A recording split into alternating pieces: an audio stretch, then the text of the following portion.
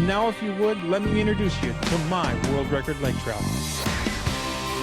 Hey folks, do me a favor, practice CPR, catch, photo and release. The future of fishing is truly in your hands.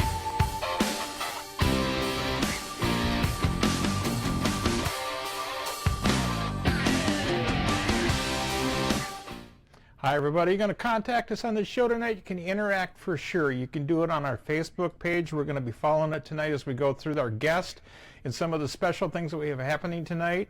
You're also going to be able to private message if you want on the Facebook page. That's FishnStixTV on Facebook. We'll follow up after this broadcast and we'll get it out there on YouTube for you probably tomorrow.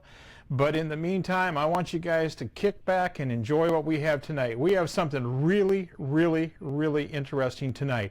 So right now, we're going to take you on a little trip up to where we catch a lot of really big pike, and we'll be right back with the show for tonight. There, on your left, you can almost see it. One of the most magnificent sights on the planet, Lake Athabasca, nestled just below the 60th parallel. Lake Athabasca hasn't changed in nearly 1,000 years with its pristine shorelines, pure crystal clear water you can actually drink, and countless fish. Boy, has she got fish. That is for everyone willing to travel to Otherside River Lodge. From the magnificent world-class northern pike that prowl these waters to the oldest and biggest lakers on the globe, Athabasca has it all. Otherside River Lodge caters to the true sportsman seeking an all-American plan guided package with 3 incredible meals a day and memories you won't find anywhere else. Records have been broken by guests at Otherside River Lodge in the past. You could be next. Book your dream trip of a lifetime to Otherside River Lodge, where fishing dreams do come true. Call Cliff or Stella toll-free at 1-877-922-0957. Hi everyone, Bob Mehsikomer here for Grant Rods. You know, muskie fishing's a tough deal, and the job's not done till she's in the bag. Well, how do you do that? It's pretty simple. You need big dog rods from Grant Rods. For your next rod, call them at 847-577-0848. Building custom rods since 1983.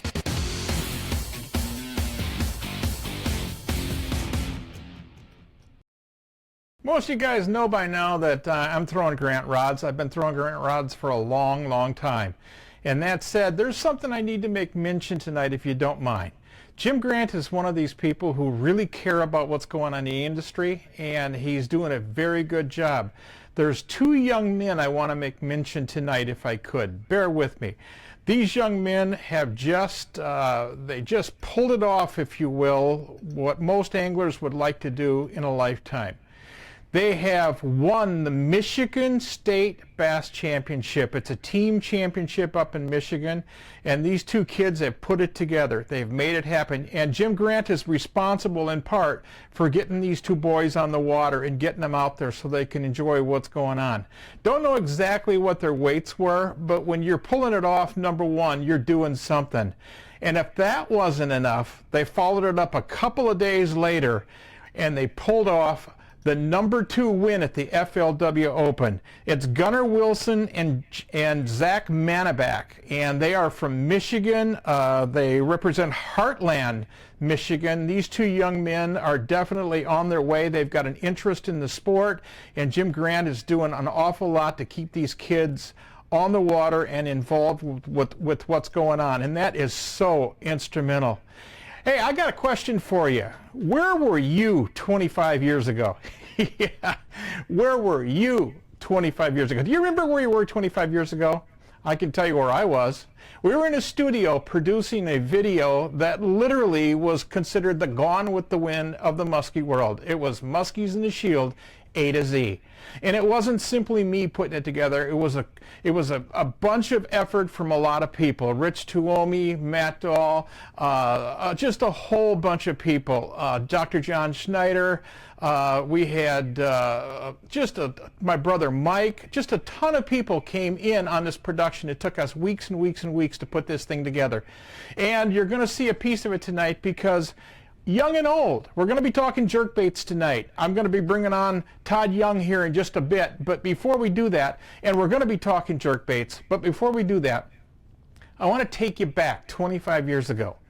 I want you to listen to what we said 25 years ago. Look at the lures we used, some of the things we did with them, and how we made these lures work. And then when we bring Todd on, we're going to talk about some of that and how it relates to what they're doing over at Fat Easy Muskie, because quite frankly, the correlations are astronomical. So if you would, let's just kick back here and just have just a little bit of fun with what took place 25 years ago. Of wood. All made out of wood. Wood. When we talk about wood, we're talking about jerk baits, and that's for the method in which we use the baits.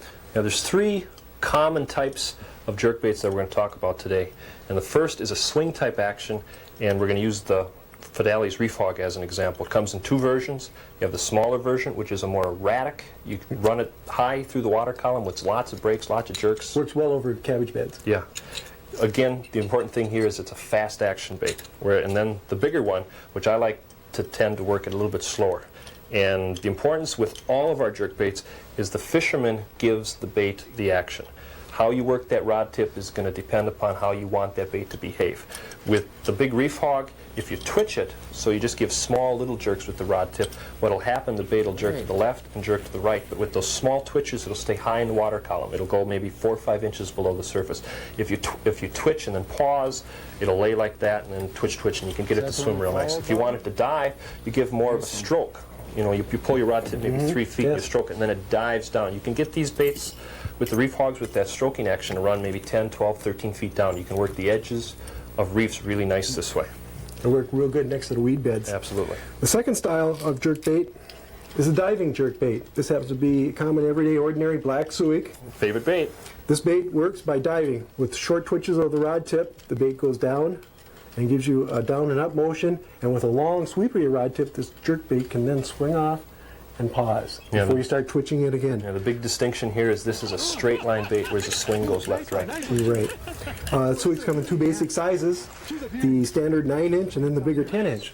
Now I like the 10-inch because in windy weather, windier conditions, I can still throw this bait and get it where I want. Yeah. I can also take a tail and bend it down like this, and that'll give me a different action on the bait. I can then dive it deeper as it comes, and it'll come back up. Yeah. When I get over cabbage beds, where they're really high close to the surface, I can bend this tail a little straighter and work it higher. Yeah, the angle of the bend determines how much diving it does. Another diving jerk bait is the bobby bait. This bait has a little different tail. You notice it's a fanned out tail as opposed to that of a suic. It also has a notched nose. Now when I cast out this bobby bait, I'll let it sit on the water for a little bit, then I'll twitch the rod. And what this notch does is make the water gurgle. Yeah, it catches air in the water. That's just one more thing I can do to try to attract that muskie's attention. I then can work it like a swing bait, for a couple twitches, and then it becomes a diving bait. And not only a diving bait, but when I swing my rod tip, this actually wobbles. Yeah, the fin on the back with those cuts gives it that wobble action. With any of the diving baits, the real advantage is working over weed beds, where I can work it down into pockets and work it back up again to come out over the top of the weed bed and back down into the next pocket. Another trick there is when you're on top of the weeds, you can let it sit, drive it right into the thickest patch and let it sit right there. That sometimes triggers hits. The third type of jerk bait that we want to talk about today is an actual crankbait. And there's two that we like to use as a staff a lot. The first is the swim whiz. If you notice, there's two eyes on the swim whiz. We hook to use it as a jerk bait onto the first eye. To use it as a crankbait, you hook it onto the second eye. Second eye for jerk baits doesn't work very well. Hook it onto the first eye. The importance here when you're working the swim whiz is to give your rod a big swing. You want a big action. You want to cover 4 or 5 feet. We can turn around with the body and then crank right back to the bait. And what that does is give this bait plenty of time to wobble and wobble through the water. A different type of action is the grandmas. And again here there's two types of grandmas, just like there was with the reef hooks. You have, these hooks are sharp. Ooh, they look like it. Yeah, you have the smaller lip and a bigger lip. The bigger lip is a diving bait. It really digs down into the water. It doesn't work very good as a jerk bait. The shallow runner, which has a smaller lip, is a very good jerk bait. And the way you work this, unlike the swim whiz was a swing with the rod tip. With the small one, it's more a stroke. You stroke down and you twitch it, and because of the action that the grandmas has, which is a real broad side to side, when you stroke it down, it dives and it just goes back and forth, and it pauses there, and it gives it looks just like a big wounded shiner minnow because of these big shiny sides. I noticed the hooks on that are not standard. No. Grandmas, when they come out of the box, have a 4/0 hook. They're the size that are on the small reef hawk. What you want here are 5/0 hooks. And the reason why we do this, when the bait sits in the water, these little bit bigger hooks add a little bit more weight and make that bait neutrally buoyant. So when you stroke it down, it sits there right in the water. It doesn't rise up. If you have the smaller hook, it's not quite as heavy and it tends to rise. Wounded fish don't go down and then float up. You want them to sit there and so that fish has a good chance to look at it. They don't all of a sudden pop up. Yeah. I've done a modification on this bobby bait too. I do it for a different reason. What I like to do is use a bigger hook on the bobby bait so the hooks come out past the contour of the bait. Yeah, if you notice, the bobby bait's See really how they wide. come out. And one more advantage, if I just take a Berkeley plier and get on this barb and bend the prong of the hook out a little bit, that'll give me one more advantage in hooking power. You know, one more thing while you got that Berkeley. All baits or all hooks come with barbs, and what I like to do is take that Berkeley and pinch down the barbs. We can actually bend this barb right in with the Yep. pliers very easily. I do that for 2 reasons. One, for the fish, it's easy to take a barbless hook out of the fish, and 2, for my own safety. When I'm holding onto that fish, and if I do slip or something and the hook gets in me, because it's barbless, it hurts, but I can yank it right back out, and I don't have to quit my day of fishing. We can also notice that this particular hook is attached by means of an eye screw. There's 3 basic methods for attaching a hook. The eye screw, the split ring, which we have on a Suic here, and you have the third type. Yeah, the cotter pin. And in this version, what happens is the cotter pin runs straight up through the bait, comes up, hooks over, and then bends down into the bait. And the way you take these off is you take either a screwdriver or, like a knife, dig underneath the cotter pin a little bit, bend it up, get it nice and straight, grab your pliers, grab the cotter key underneath the bait, and pull the cotter key out. Cotter keys can sometimes be reused, but when you bend them up and stuff a couple times, they tend to get really weak. So what I usually do is I buy myself just a big batch of the cotter keys so I can, every time I change a hook, I can use a new one.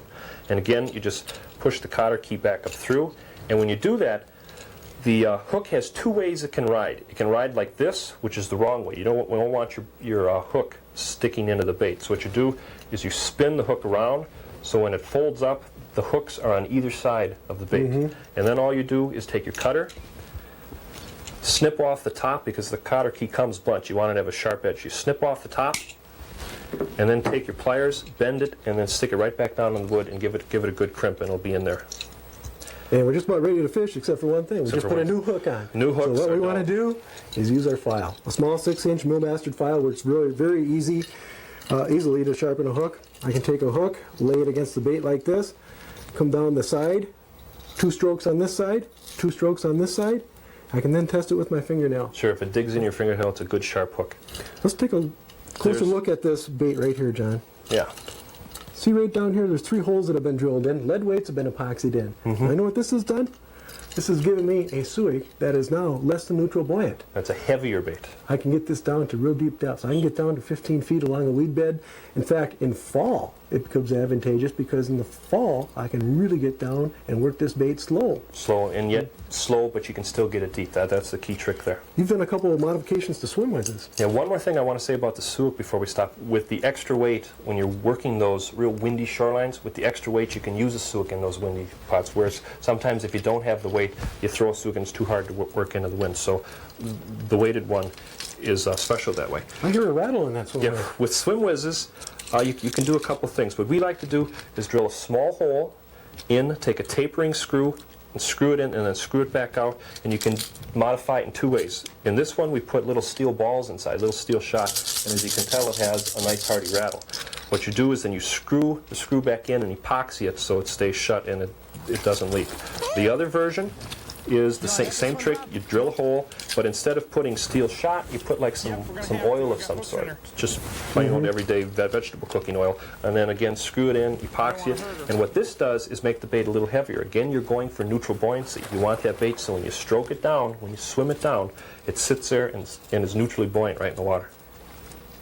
While we're on jerkbaits, let's look at one other thing. We all use a leader when we're fishing for muskies. We like to use a leader that's 10 inches long I use Berkeley stainless steel wire. It's a brown coated wire. It's 0.024 diameter. This makes a very nice leader. Yeah, the important thing here is your leader tends to be the same size as your bait. So if you're throwing a 10-inch suic, it's nice to throw a 10-inch leader.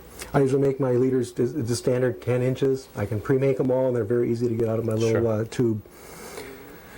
Well, we've looked at some of the jerk baits. Now let's see what a jerk bait can really do to improve your fishing success.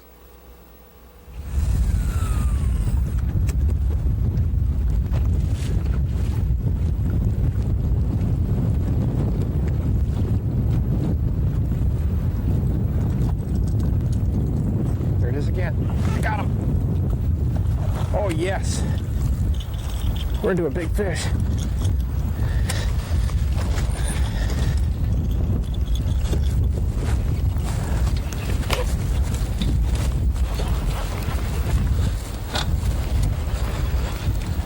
Got a net ready? Not yet. Ready. Okay, I don't know what I got here. Looks like a very big fish.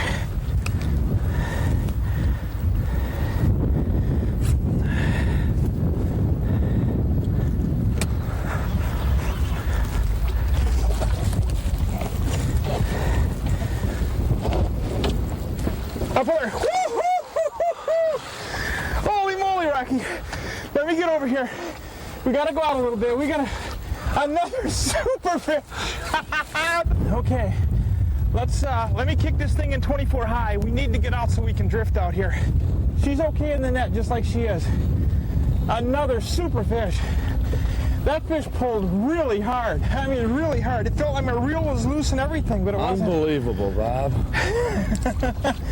Okay, just kind of hang on to it for a second. We'll get out here so we can drift. Because there's a little bit of a reef right behind us.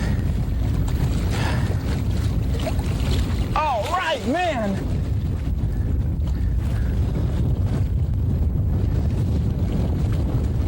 Should be okay, huh? Yeah, she's in the water still. Yeah. We just need to be able to get Just waiting off. for her to go nuts. No, she's okay. We need to be able to get off. There she goes. Okay. Like I she's all said, right. I think she's Okay. off. Okay. Is she off? Yeah, Good. I think so. Okay, my line is not cut. Okay. All right.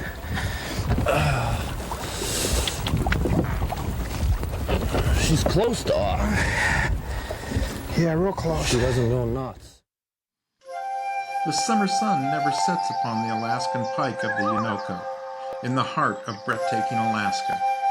Evenings will be shared reliving the battles of monster pike. The Midnight Sun Trophy Pike Hunt is on, aboard the 67-foot luxury houseboat, and you're in command. If you're not, you should be. Contact the Midnight Sun Trophy Pike Adventures by calling 800-440-7453 or email them at mstpa50@gmail.com.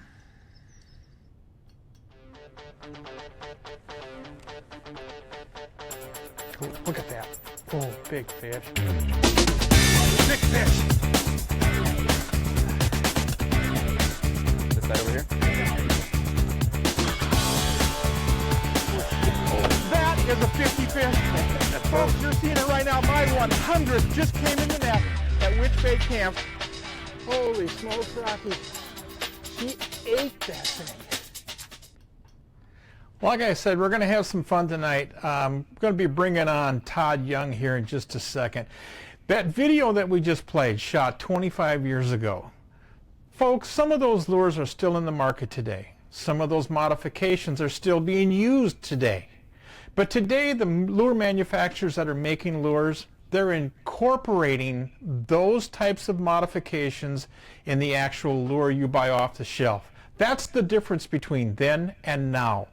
And I'll tell you this, there are times when jerk baits cannot be beat. I'm just serious about it. They can't be beat. And when is that? It's when the water temperature's below peak. That's my opinion. Say, let's bring on Todd. Todd Young, you there? Yes, I'm here. Hi, good evening, Todd. Welcome to Fishing Sticks. I hope we're going to have a good time tonight. Give us a little history on Fat Muskie A to Fat A to Z Muskie. Yeah, first I want to thank you for having us on there, Bob. I met Bob back years ago 2001, we were doing the PMTT. Bob did the PMTT. We did the PMTT. I was fishing with Dale Wiley, and I got to meet him and talk to Bob a little bit there. And I'm really glad that he's invited us on this show. Fat AZ Muskie. We have a lot going on here with Fat AZ Muskie. We're doing baits. We're doing rod holders. I also run a full-time guide service. Full-time for us here in Western New York is June through November, and so I got 4 or 5 months to get it done. That's with Muddy Creek Fishing Guides. But the Fat AZ Muskie part of it is I'm partners up with Andy Zomchik out of Edinburgh, PA. And we make some swim baits, we make some glide baits, and we make some jerk baits. The jerk baits are the big boys on our line right now. And we also do stuff with rod holders. Lots of guys are getting our rod holders. So we got lots we can talk about.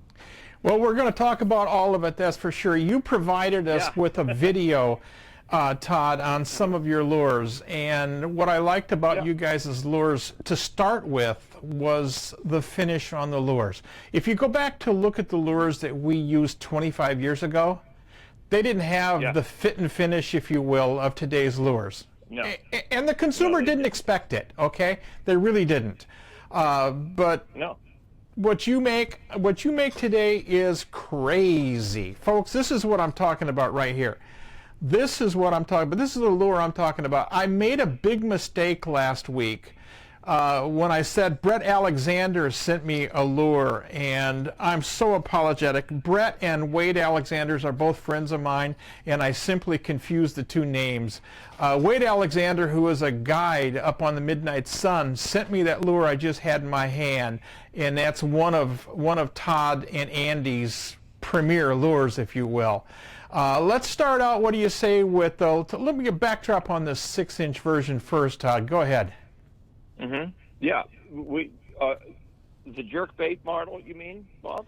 Yeah. Let's take a look at some of the video, and let's take a look at the 6-inch Raptor, the Fat AZ Muskie's 6-inch Raptor jerk bait. Yeah, the 6-incher. What we tried to do here was with me doing the guiding. I grew up. I've been doing this for a long time. 40 years. I had a hard time when I was taking clients out. When you're using some of these baits that are very buoyant, I wanted a neutral buoyant jerk bait, and Andy and I started working on this. This is after he already had the swim baits out, and I wanted something that would stay down for people, if they didn't have the right rhythm, things like that. And the 6-inch jerk bait is our smallest version. We're going to be coming out this year with a new soft tail. It's going to have two smaller hooks on it. It's going to have a soft tail on the end, and that bait doesn't get down quite as deep as our other baits, but it's relatively neutral buoyant. So you pop it a couple times, it sort of stays right there in that level. It doesn't want to float up. It's not sinking out of the zone. And that has been crucial to my fishing the last few years, is just keeping that bait in the zone when you got guys throwing baits that aren't real familiar with bait casters. They're not real familiar with what we're doing. And the 6-incher is one. It stays up a little higher in the water, in the water column. And we throw that a lot in the early seasons around here and things like that. Well, we're looking at the 8-inch now. I had a friend of mine call me today, and he said, "What's on the show tonight?" And I told him point blank, "You need to be watching the show tonight." And he says, "Why? Why do I need to be watching it?" And I told him, I says, one of the lures that we're going to be looking at tonight, I guarantee you that I could fill the boat with that lure, and that's the 8-inch Raptor. That lure, the hang time on that lure is amazing. When you think about being coming up with. Yeah, Todd, when you think about working a lure, working it below sight, you have to know that lure's working correctly. And I'm watching that Raptor in the tank shots you sent me, and oh my goodness, that thing, there's no way you could miss a beat with that lure. No, I mean, what that lure does, I mean, that's what we tried to come up with, something that was neutral buoyant. I loved throwing Suiks when I was a kid. I loved throwing, and they still work. But you know, the ease to work those neutral buoyant baits.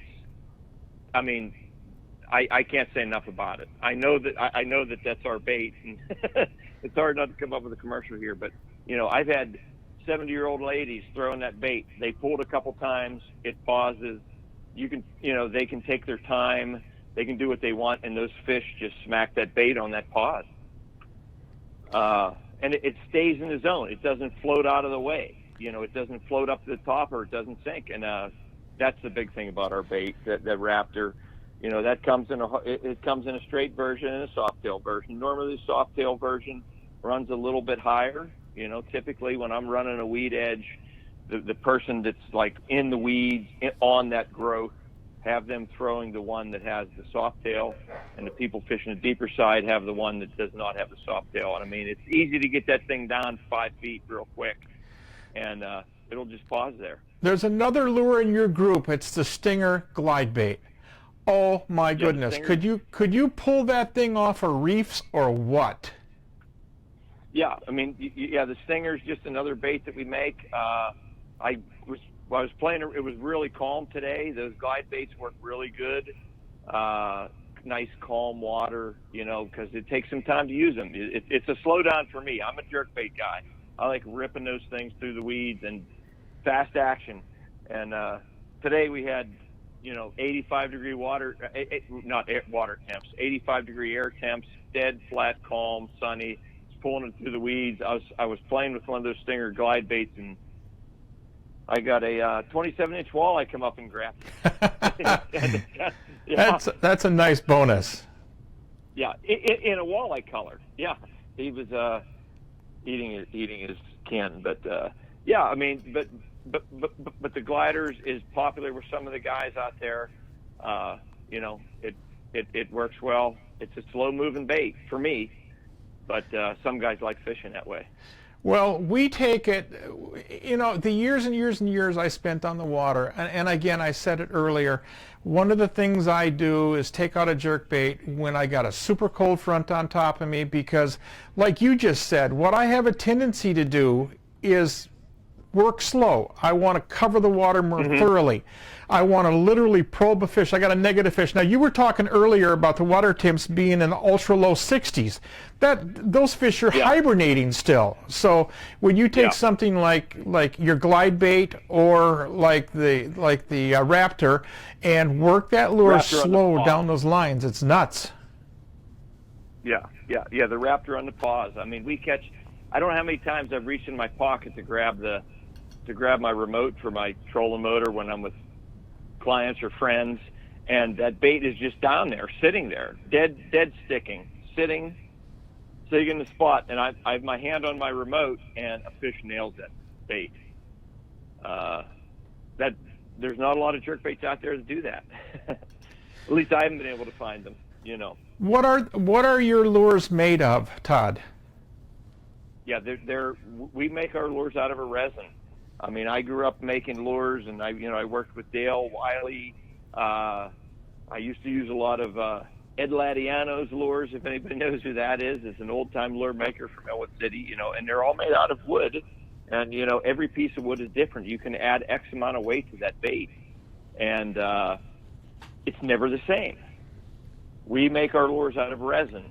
So I do all the molding and the making of the lures, and I can hit them within grams of each other. And you know, I can hit a bait that is going to be relatively neutral. You know, it might be your leader might make it sink, your leader might make it not sink. You know, as close as we can get it to neutral buoyant, and you can hit that consistently time and time again when you're using these resins. And that's what you can't do with wood. No, you can't. I love wood baits. You can't do that. You just can't hit it. The gentleman who called me today, we were talking about your lures, and I said, to be honest with you, I think they're made out of wood, but here I go. I'm totally wrong. They're made out of resin, which is a great concept. Anytime you take that lure to that material, you've got control. Yeah. I mean, I have control. I mix them in small batches, and I can hit that weight that we're trying to hit, and when we don't hit it, you know, we pull it out, but it's relatively easy to do. And that's why we went that route with our baits, is because I can hit them consistently. We can put them out there for people, and you know, they're all going to be pretty much the same. Let's take a look real quick. You guys you're doing something else too. I know you're on a system that trolling is, quite frankly, it's a mainstay for what's going on out there, and you guys have come up with. Sure. Pardon me? Yeah, for sure. I mean, out my way, trolling is the. I mean, there's lots of times when I go casting out here. I love casting. That's my way to catch them. I also do the guide trip, so sometimes I'm forced to troll. But you know, around here, you see 10 boats. There's eight or nine of them trolling, and you got one or two casting. Yeah, and trolling, it's a different world. Trolling is a discipline that I'm not very good at, to be honest with you, and it's part. Yeah. I'm serious, though. I hear you. I'm serious. I fished with Kyle Brixon up on Lake of the Woods. He talked me into going trolling for muskies. So we're out there, and lo and behold, we're on Lake of the Woods in a time of the year where you should have been jerking on every reef there was, and we didn't have a single casting rod in the boat. So we continued to troll, and I caught about a 15-pound rock. but part of the reason I don't troll is because my boat isn't set up for it, and you guys have really revolutionized, to be honest with you, a way that people can handle their rods in rod holders.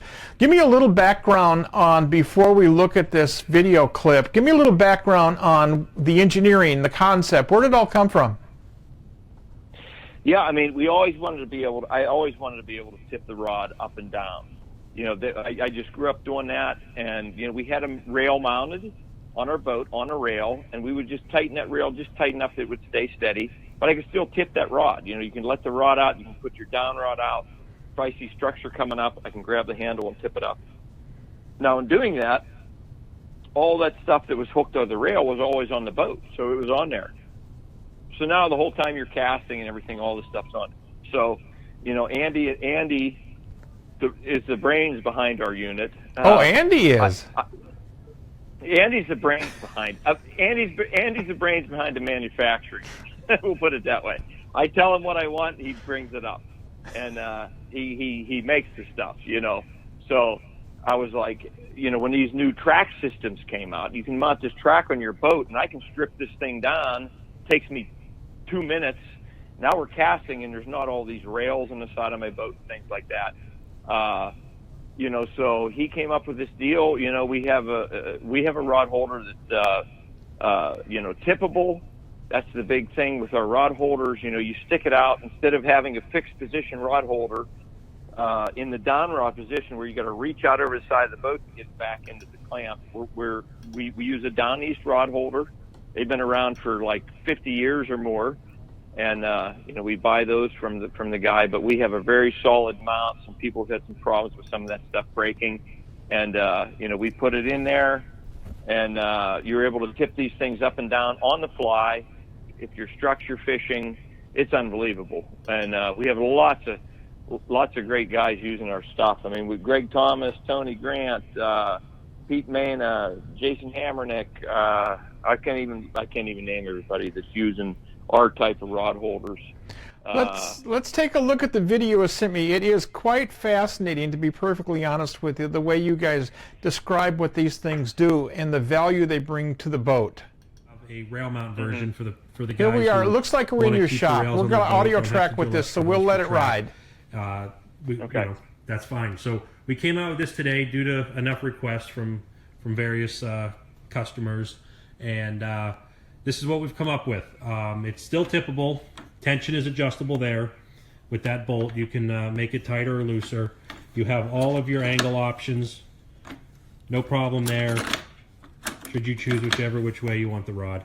Another cool feature about this that your standard down east doesn't have, you can adjust how much reach you have. With these arms being long like this, you can loosen this plate. You can then tip this out. Say if this is the outside of your boat out here, you can move your rod holder further out. That would give you a straighter down rod. If, you know, in the event that you're down east right now that are mounted to your rails, just don't quite get you vertical. You can achieve that with this.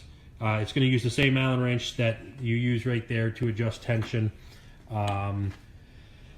These mounts are pretty beefy. You're not going to be breaking these. I've heard some people having issues with their down easts on their rails to the point where they leash their rods. You're not going to have that with this. These are pretty sturdy. They're robust. Once you snug these bolts down, this thing is not going to rotate at all, and it's not supposed to. All your rotation should be done right through here. For more information, feel free to message me, Andrew at fatazmuskie.com. Check us out, Fat AZ Muskie Products on Facebook and fatazmuskie.com. Thanks for watching. Yeah, I think if I had that kind of setup on my boat, I might even try trolling, to be honest with you. Maybe do some trolling, yeah. Yeah. Yeah. I mean, you can structure troll with that stuff, and that's what we do. You know, you pull into a weed bed, and I look over at whoever's fishing with me. I'm like, okay, it's coming up. I can tip that rod up, and you know, skim over those weeds, tip it down. We catch a lot of fish doing that. I mean, we've been doing that for years, and I think we just came up with a nice, sturdy rod holder on a track system that you can, you know, strip it down when you want to go casting, which I haven't even hardly trolled yet this season.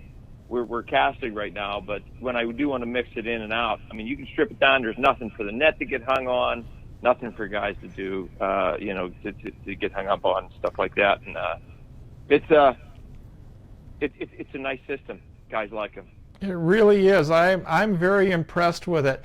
Let's take just a couple of seconds here and pay a couple of bills with some friends of ours on a couple of Canadian Shield lakes, and we're going to come back to your website. I want to talk about your website. I want to show the folks what you have in these lures in terms of color patterns and get a better idea of the styles that are on there. I just think it's so cool. Be right back after this break.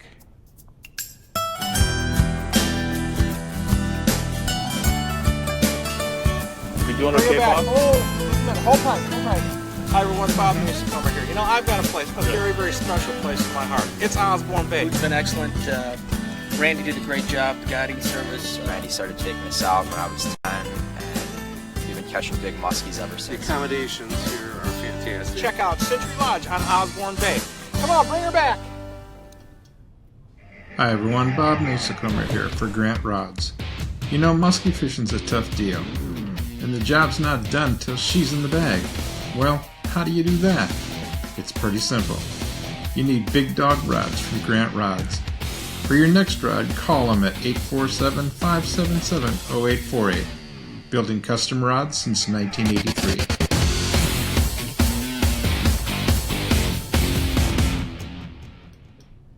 Again, guys, you can interact with us on the Fish and Sticks Facebook page. We've got a couple of people here that are chiming in with us right now. We're going to get to those responses here in just a second. Normally we would have the phones, but we've got Todd Young on the phone from Fat AZ Muskie, so we're occupying that line. That's not possible. So with that being said, I want to take a second and let's bring Todd back on. Todd, how you doing? Good. I'm doing good. We've got a couple of people on here. Well, actually, there's quite a few, but one is saying, in the private message, is saying, you guys' lures have a finish that's second to none. That's over on the private message side. Over on the actual Facebook side, we've got one that says they love the Raptor big time, and that's got to be nice to hear that. That's what we'd like to hear. You know, I was fishing opening day out here, and just with a friend. I don't take any clients the first few days on Chautauqua Lake when I'm guiding, and I was drifting through an area, and I saw this guy get hooked up, and I saw the fish jump and get off, and there were two boats in the distance. I didn't know who they were, but I heard the one guy yell to the other guy. They must have been fishing together. He said, "Was that on a Raptor?" And he said, "Hell yeah, it was on a Raptor." and I was, it's just neat to hear. I don't even know who these people were, but it's nice to hear the guys, talking about the baits, and it's a great fish catching bait. Easy to use. That's the big thing about it. Yeah. It's so rewarding. I don't know, over the years I've developed, I don't know, I'm going to guess between 40 and 50 musky lures over the years, and some of these are still on the water being used today, still catching big fish. And one of the most gratifying things that I've ever had happen is when you walk a sports show and somebody comes up and they've got a picture. It's a 40-incher, it's a 42, it's a 54. It's irrelevant what it is, but they say, I caught it on something you created, and that is so gratifying. It's unbelievable. Yeah, it is.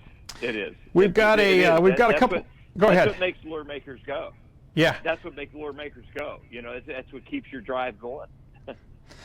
We got a couple of guys chiming in here. One response I think is very enlightening. The hang time is amazing, and I cannot agree more. When I saw that in the tank, and I'm going, oh my goodness, oh, could I catch fish on this thing?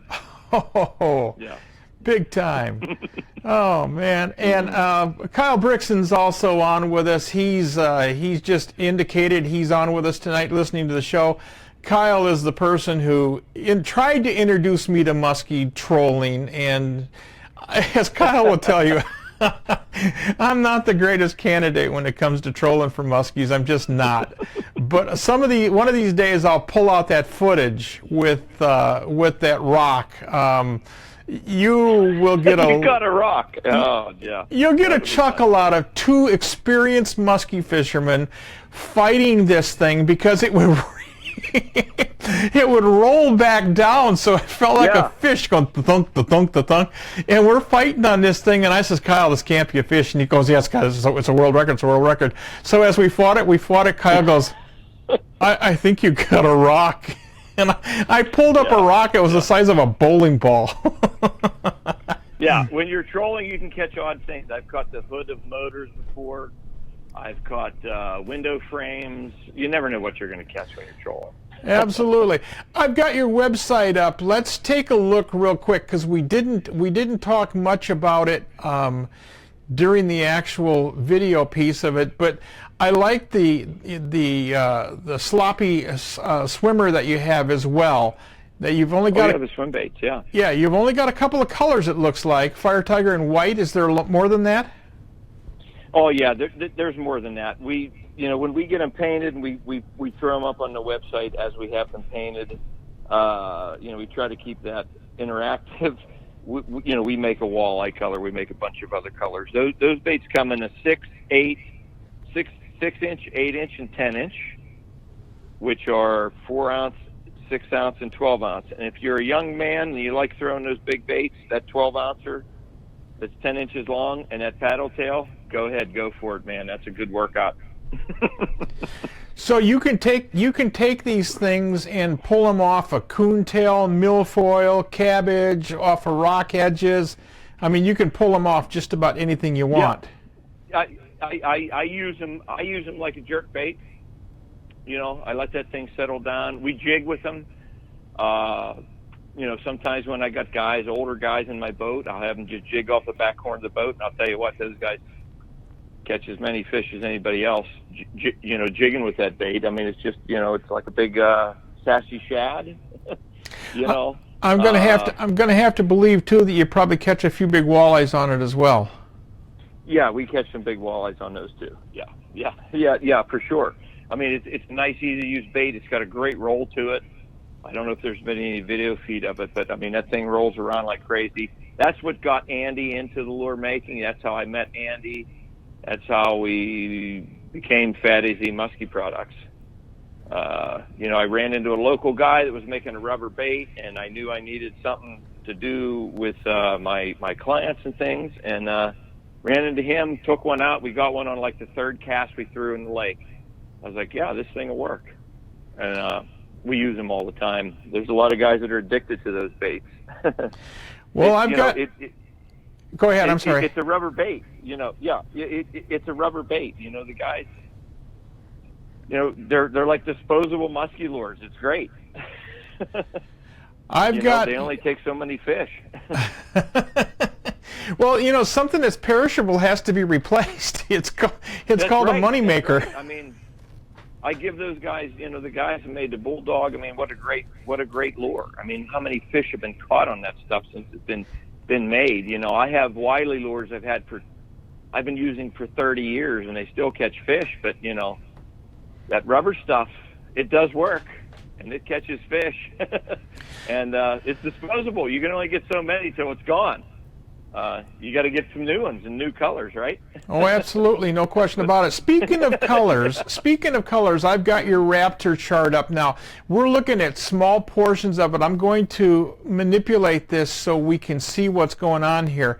I'm at the bottom of the 6-inch chart now. I'm looking at your Fire Tiger and your 3-mile perch, and then I get over to this thing called an Orange Julius. Orange Julius, yeah. Yeah. Do you know where that color pattern came from? I have no idea. I called it after Julius Irving. I was the very first person to ever paint a lure up that color and shoot a television show with it. Oh, that's cool. I did chartreuse and black spots, and I did orange, fluorescent orange and black spots. We were up on Morrison, out of Morrison, Ontario, on the houseboats, Ontario Wilderness houseboats. And we pulled up there. We had all these brand new lures, and I went in and I asked, where can I paint some lures? And Yvonne Gill looked at me and she goes, where can you what? I says, where can I paint some lures? Why would you want to paint lures? I says, because what I want to fish with isn't made. And she goes, I got to see this. Yeah. So we walked around the side of the building. We found a place we could prop up some cardboard and hang some lures real quick. And I painted up the Chartreuse Bandit and the Orange Bandit as they become so popular in our family of lures over the years. Yeah. And two of the most dynamic colors, in my opinion, a bright light and low light must carry baits, period. Yep. The other thing I see when I look at your color patterns throughout your family of lures is contrast.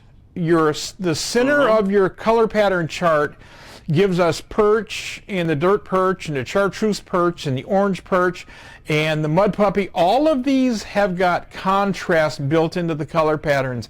And I don't know how many people realize this or not, but contrast in a color pattern is paramount, absolutely paramount.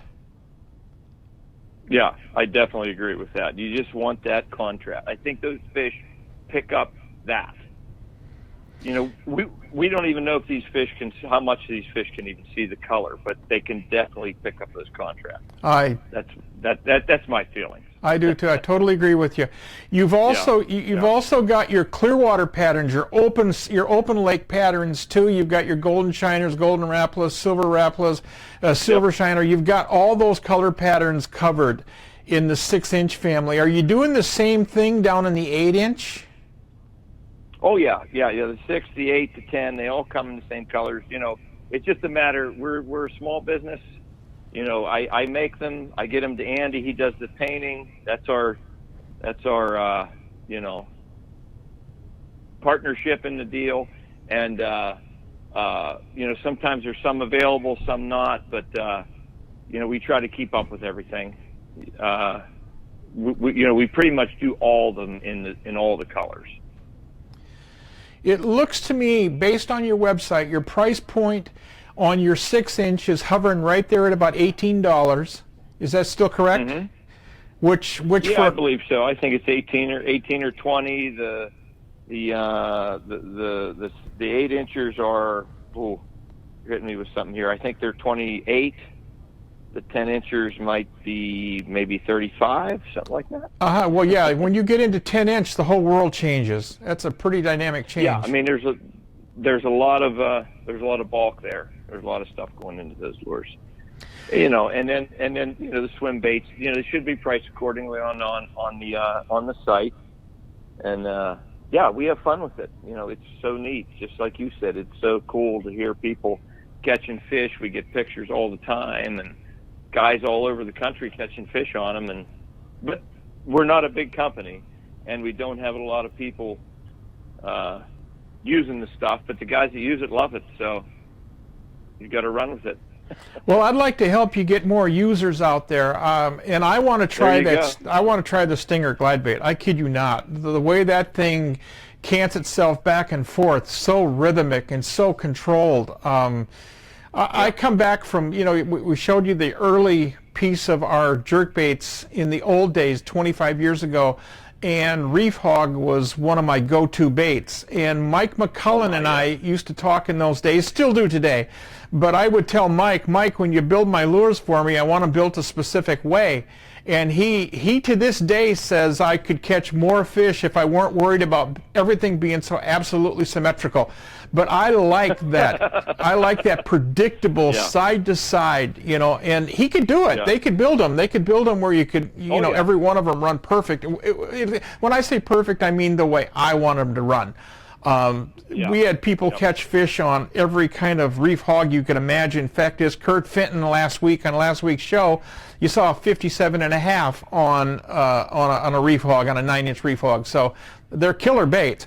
But when you look at this, when you look at your stinger, your glide bait, oh my goodness. Yeah. Oh my goodness. Yeah. It follows through. I mean, it's a slow working bait. You got to take your time with it. Well, that's what you're supposed to do with a jerkbait anyway. That's right. Yeah. Yep. Yeah. I mean, we've caught some great fish on those baits. You know, we've got great fish on all of our baits. Just a matter of getting them out there, getting people using them. And one of the things that you do that I think we need to make mention of, I know we briefly touched on it, but I really want to make sure people understand, and that's the fact that you're guiding. You're getting out on the water, you're taking clients on the water, and you're teaching them the sport. Yeah. Yeah, and it's tough. That's how the whole lure business came around, you know. Like I said, you can't just hand somebody a glider and say, go, that's never even thrown a bait caster before. You know, we try to keep it open. We just try to create some stuff that's really neat. That, you know, it's going to push the industry forward, push us forward, push everybody forward. And, you know, guiding is a totally different issue. You know, you take people out that have never thrown a bait cast or never thrown anything. So you start with teaching them that, and I can hand them a raptor and they can take a couple jerks with it, and at least it's getting down into that, you know, the strike zone where I want it. Right. You know, out off the edge of the weeds, out in 14 feet of water right off the weed break. They give a couple pulls, it gets down there, it'll stay down there. That's why I've had, you know, 70-year-old women and kids catch fish on these things. I don't think I could do it with a lot of the other baits because the bait would be on the surface. Yeah. You know, yeah, the hang time's big. Some of these lures take a little bit more technique than what most people have in their arsenal. So when you've got a bait that works easily, chances are pretty good it's going to get bit more often, and that's the key. That's the biggest thing we tried. That's the biggest thing we tried to come up with Andy. I was like, I need baits that'll get down quick. I need baits that can do this, and you know, that's the whole basis of the business. Easy to use, easy to work, and they work. Yeah, and they're from what we're talking about tonight, it looks like they're quality built too, which is a real key factor. Yeah, it's a real big factor. We got a nice finish. Andy got onto the painting really quick, and you know, great baits.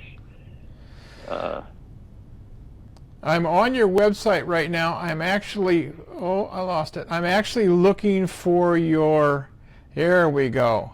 I'm looking for your guide side. So I've got her up here. Let's take a look at it. I want people to know how to reach you for the Muddy Creek Fishing Guides. In my opinion, people who have the ability to teach other people how to accelerate and enjoy a sport are without any question a credit to that sport. And in the short period we've been doing FishnStixTV, I've had the opportunity to meet a number of people who are just like you. They're in that league. They want to teach people. So if you would, let's tell them how to reach out to you. How can they get a hold of you? Okay, my guide business is Muddy Creek Fishing Guides, mcfishandguides.com. We do a little bit in Pennsylvania in the early season, April, May, but I'm talking very little anymore. And, you know, we start our season up on Chautauqua Chautauqua Lake, New York, very famous body of water. Lots of nice fish. I'm not going to say big fish compared to what everybody's getting everywhere, but we get a lot of nice quality fish. And that season starts Memorial Day weekend.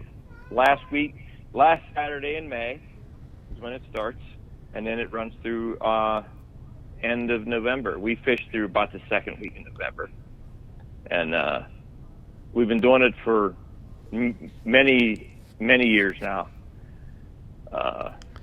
Lots of great stuff to check out on our website. If you check out the website, lots of good stuff to check out. Lots of nice pictures. Love getting kids involved. I have a fellow that guides with me, and he's been sending me pictures all day. He had a little girl out there. She looks like she's probably 6 years old. So he took her on a troll trip, but he said she did have a follow on her own on a raptor. She was excited about the follow, but he's been feeding me fish pictures from the troll and bite, and we just try to get kids involved. I love taking kids out. I got an 8-year-old daughter.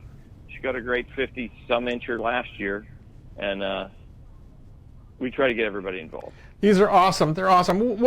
This is a tough question, but on a normal guide trip, for people who are catching fish, where do you think the average fish is falling today? Average size? Yeah. Oh, in our lake here? Yep. Yeah, the average size is mid to upper 30-inch. And of course, you've got the horses in there too. Yeah, you got some big ones in there. Obviously, you can't put everything on the computer, so I try to feed, some nicer fish. Yeah, I mean, it's the same thing. We catch, we get a lot of fish in Chautauqua. There's some years we've caught close to 300 muskies throughout the season, and when some people say, "What's the average size? 50 inches?" I'm like, no, the average size is not even anywhere near 50. There's only one or two over 50. The average size is like 36. Don't we wish they were average 50? Well, maybe not. Maybe not. Slow down. 50. No. We'd have some pretty bloody fingers if they were all 50s. Yeah, they don't average that size. But hey, listen, Todd, I want to. It's a great numbers like. I want to say thanks for coming on the show tonight, and I know we didn't have the luxury because you're up there right now on Chautauqua. You have no way to see what we're talking about on video here tonight, so we're doing this blindsided, and you've done a very good job dealing with that, not knowing a thing about what we're putting up on the screen. And I want to wish you the best. I want to say thanks to you and Andy, and I want you guys to thank Wade Alexander for getting that lure to me. I'm pretty excited about it. I think it's going to be a lot of fun. Yeah. And that glider looks like, oh my goodness. I can tell you, I told the gentleman I was talking to on the phone today, I says, if I'd have had that bait when I was shooting my show, I know we could have put more big fish in the boat. I know for a fact. No ifs, ands, or buts about it. Yeah. Just no question. Yeah. I appreciate it. Here's a couple other things I'm going to bring up real quick here. You can check out our podcast. We do the Fat AZ Muskie podcast. We're going to do episode number 100 tonight. We've been doing it for a couple years, almost a couple years. And, we have a lot of people listening to that. I want to bring up some of our sponsors, if you don't mind, Bob. Go for it. Oh, absolutely. Go for it. Yeah. Boss Shed Lures out of Ohio, Paul Prosturio. He makes a great lure. We catch a lot of fish on those. We have Baker Bait, Zach Baker out of Rochester, New York. He makes a bait we catch a ton of fish on. Dale Wiley, I think most people have heard of that name, Wiley Lures. It's been around for like 40 years.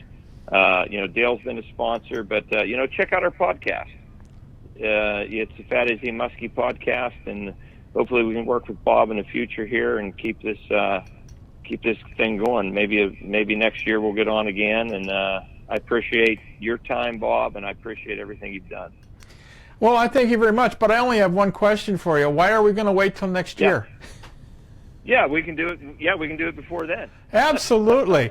Absolutely. Anytime we can do things to elevate the angler, whether it's with product knowledge. The next time I have you on, though, I think I'd like to get in some of the details of the fishing side of it, the techniques you guys are using, how you're locating your fish. Cool. You and I talked off camera today, and you're very educated when it comes to the fish, and I'd like to, dive into that a little bit too. Yeah, sounds great, man. Anytime.